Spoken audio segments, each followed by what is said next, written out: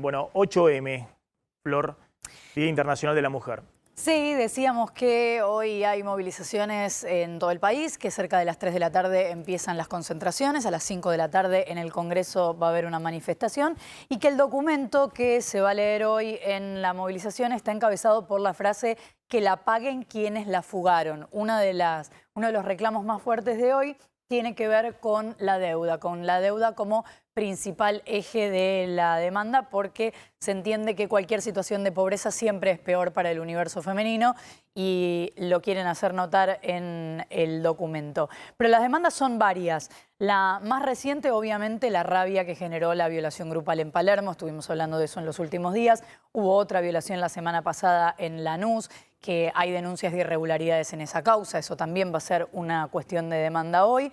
Los años de pandemia que sobrecargaron a las mujeres en las tareas de cuidado. Recordemos que hace 2 años que esta manifestación a este nivel no se puede concretar por la pandemia.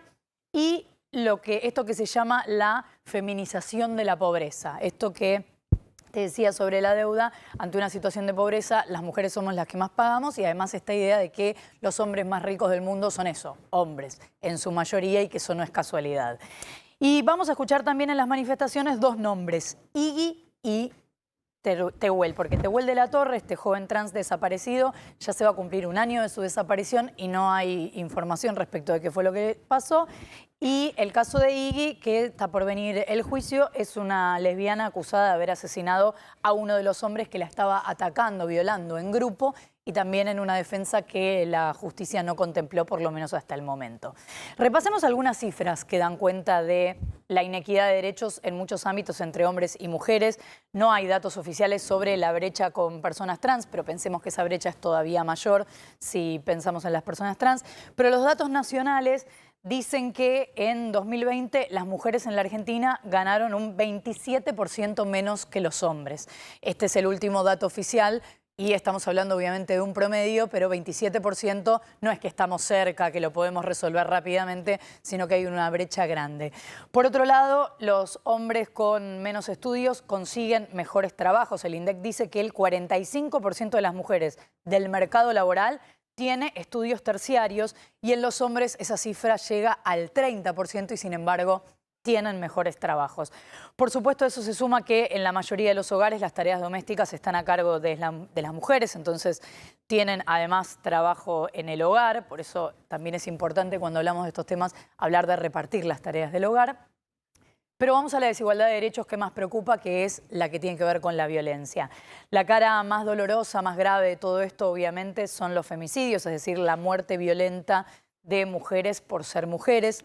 El primer registro oficial que existe en el país es el de la Oficina de Violencia Doméstica de la Corte Suprema, Corte de Justicia de la Nación, que es un registro que existe desde 2015, desde que empezaron estas manifestaciones masivas. Esas cifras se van actualizando, las últimas que tenemos tienen que ver con 2020. La Corte Suprema hablaba de 251 femicidios en 2020.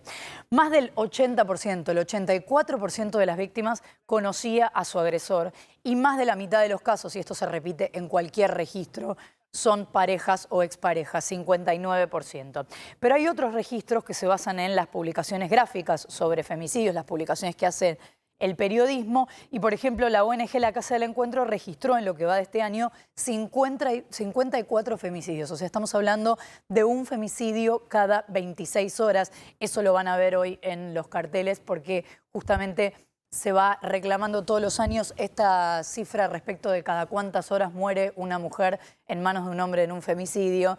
Y si bien no pueden compararse unas con otras, porque algunos van a decir, hace 1 año, hace 2 años se hablaba de una cada 30 horas, son distintos registros y es muy difícil, la verdad, hacer un dato preciso sobre esto. Por eso es importante los datos de la Corte Suprema, porque son los que van a poder compararse ahora, pues son los que entran a la justicia. Y respecto de las violaciones, un tema del que venimos hablando, en la Argentina se denuncian 79 ataques sexuales por día. Acá no contemplamos solamente la violación, sino estas situaciones que cualquier mujer puede describir en la calle que le ha pasado, de alguien que se desnuda sin consentimiento, de alguien que grita una grosería, pero ataques sexuales fuertes, no solamente violaciones, 79 por día, y pensemos que las violaciones son delitos. Esas son las que se denuncian. Exacto, delitos que no siempre se denuncian, o sea que cerca de 80 por día es una barbaridad.